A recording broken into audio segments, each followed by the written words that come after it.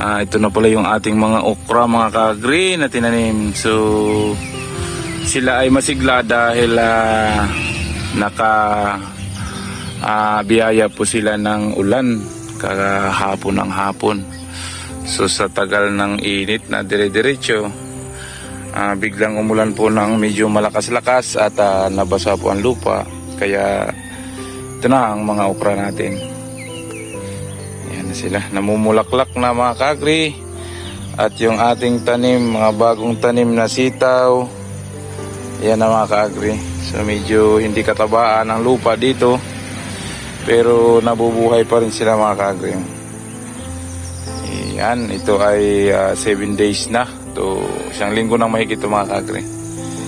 So a-applyan na natin ito ng ginagawa nating organic concoctions.